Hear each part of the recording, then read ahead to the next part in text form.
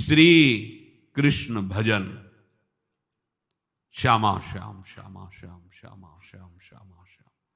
कृष्ण व्रताः, एक व्रत की चर्चा कर रहे हैं भीष्म जी अंतिम समय। कौन सा व्रत? कृष्ण व्रताः, अखंड भजन। आप कुछ भी जीवन में हो जाए, अपने प्रभु का नाम नहीं छूटने देंगे, कुछ भी हो जाए। कमर कशो, सामर्थ्य है आप में। प्रभु ने आपको आध्यात्मिक शक्ति से युक्त मनुष्य शरीर दिया है। ये साधन धाम मोक्ष कर द्वारा पाई न जे परलोक संभारा, मिला ही है। इसीलिए ये जो बातें बनाते हैं लोग, नाम से भजन नहीं, भजन में मन नहीं लगता, ऐसा वैसा, ये आप भोगों में सुख मानकर, स्नेह संबंधियों में सुख मानकर ऐसा बोल रहे हो। आप में पूरी सामर्थ्य है भगवत प्राप्ति करने के लिए। चाहे जो जहां भी जन्मा हो, मनुष्य शरीर पूर्ण भगवत प्राप्ति के लिए युक्त है, उसमें कोई कमी नहीं है। सब में भगवान ने वो ज्ञान शक्ति दी है। वो ज्ञान शक्ति भोगों के कारण आपकी ढक गई है। आपने अपने अध्यात्म शक्ति को जागृत न करके भोगों में रत होने के कारण वो सुषुप्त पड़ी है। आप सुप्त शक्ति को जागृत कीजिए। आप ही बड़े बड़े ब्रह्म ऋषियों को जो प्राप्त हुआ है वो प्राप्त कर सकते हैं। आप ऐसा नहीं, जब जगे तब सवेरा। देखो बड़े बड़े नीच कर्म करने वाले भी जब भगवान की शरण में होकर भजन किए तो महात्मा बन गए। तो थी ना उनमें ऊर्जा शक्ति। आप अपनी सुप्त शक्ति को जागृत कीजिए। क्या? कृष्ण व्रताः। आप एक व्रत लीजिए। क्या? कि मैं निरंतर श्री कृष्ण का भजन करूंगा। ये निरंतर शब्द बहुत प्यारा है। ये जो कुछ माला जप करके छूट देने वाली बात है, ये तो विषयी पुरुषों को भजन में लगाने के लिए है।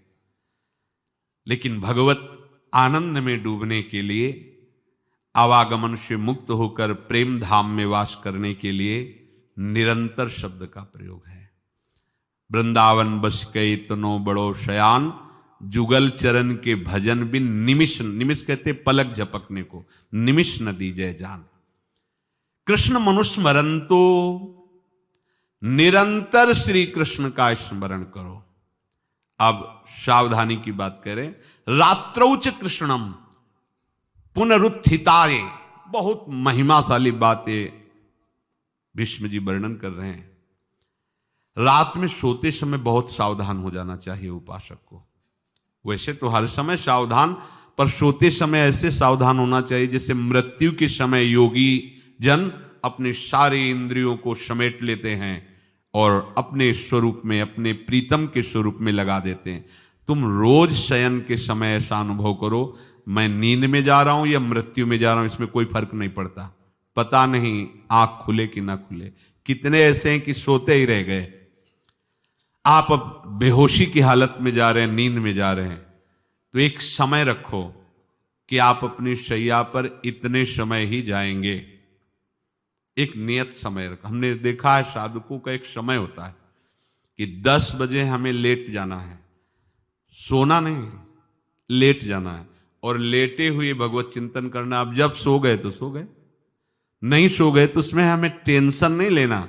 या अभी नींद नहीं आई, 10:30 बज गए, 11 बज गए, ये नहीं। आंख मूंदी, मंत्राकार वृत्ति, तो बिना नींद की गोली के सो जाओगे। यह है ऐसा। भजन में मन लगाओ, सो जाओगे। जिनको नींद ना आती हो उनके लिए सही दवा है, आप नींद का चिंतन न करके प्रभु का चिंतन करने लगो। देख लेना आप कब सो गए पता नहीं चले। और अगर सौभाग्य से नींद ना आई तो नींद में जो इंद्रियों को पुष्टता मिलती है वो होता है संसार का विस्मरण। नींद में खास बात क्या होती है कि संसार का चिंतन छूट जाता है, फिर वो मस्त हो जाता है। उसमें जो ऊर्जा शक्ति वो जागृत होती। संसार के चिंतन से ऊर्जा शक्ति नष्ट होती, तो 4 घंटे 5 घंटे संसार के चिंतन से रहित पड़ा रहा सुषुप्ति में, तो उसे ऊर्जा शक्ति फिर आ गई।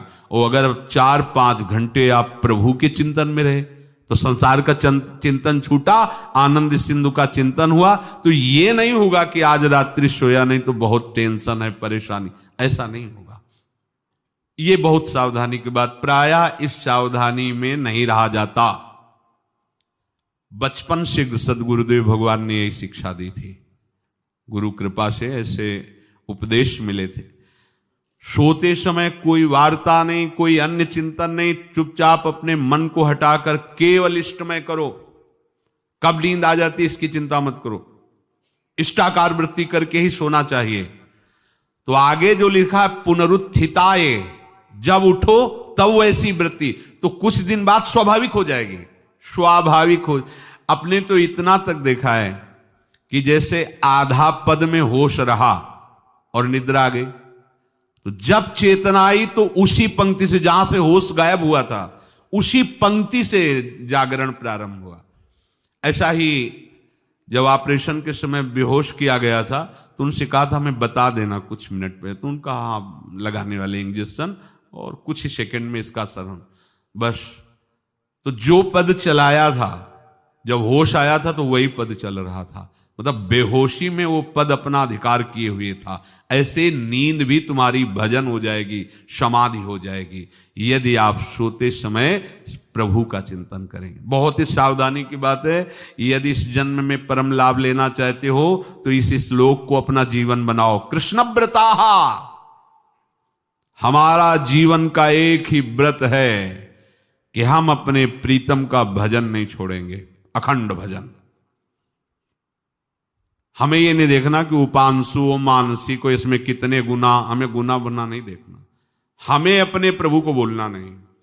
भजन में मन नहीं लग रहा, पद गा रहे हैं, जोर जोर से चिल्ला रहे हैं, नाम कीर्तन हमें अपने प्रभु से जुड़े रहना है।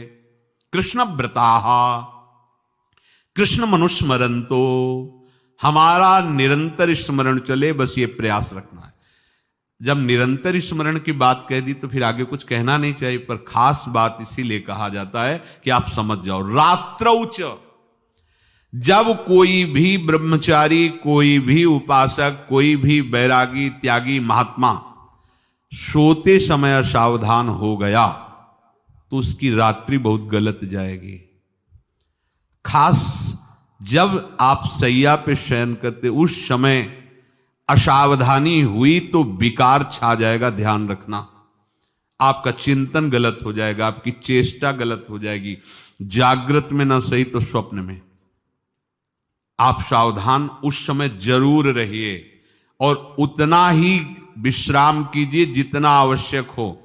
व्यर्थ में करवटें मत बदलिए, ये उपासक का स्वरूप नहीं होता। रोगी है तो बात अलग है, बड़े असाध्य रोगों से, नहीं तो ऐसी दिनचर्या नहीं होनी चाहिए।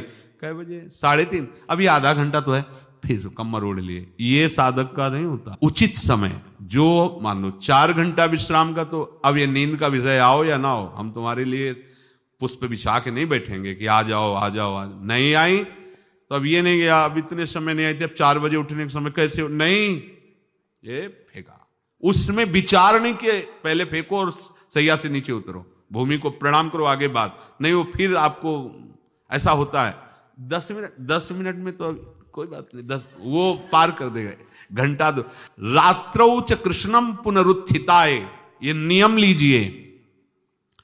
सोते समय आप बिल्कुल मृत्यु दशा की स्थिति लाइए, जैसे मरने वाला नहीं होता, सब जगह से मन हटाकर। और सच्ची है, पता नहीं आंख खुले कि ना खुले, ये बड़ा धोखे का जीवन है। ये ऐसे हजारों लोग सोए और सोते ही रह गए। हमको धोखे में नहीं रहना। सुबह जग जाएंगे तो फिर भजन करेंगे, लेकिन हम बिल्कुल तैयारी में। तो जब ये था कि किडनी कभी भी फेल हो सकती, तो हमें ज्ञान तो था नहीं ऐसा उस समय, तो हम रात्रि में जब शयन का समय, तो कपड़े कौन थे, कोई पैंट शर्ट थोड़ी था, सब हटा चला, ऐसे रज लगाई, राधा वल्लभ जी को ऐसे बांधा, चरणामृत लिया, पूरी तैयारी में, क्योंकि पास कोई था नहीं। तो ये होता था कब मर जाए, कैसे बताएं कितना सुख, एकदम युगल चरणारविंद में तदाकार होते ऐसे। वो इसीलिए कहते हैं कि प्रतिकूलता और अव्यवस्था और दुख ये भगवत प्राप्ति का प्रधान साधन है। अव्यवस्था, प्रतिकूलता और दुख, ये अभ्यास उसी से।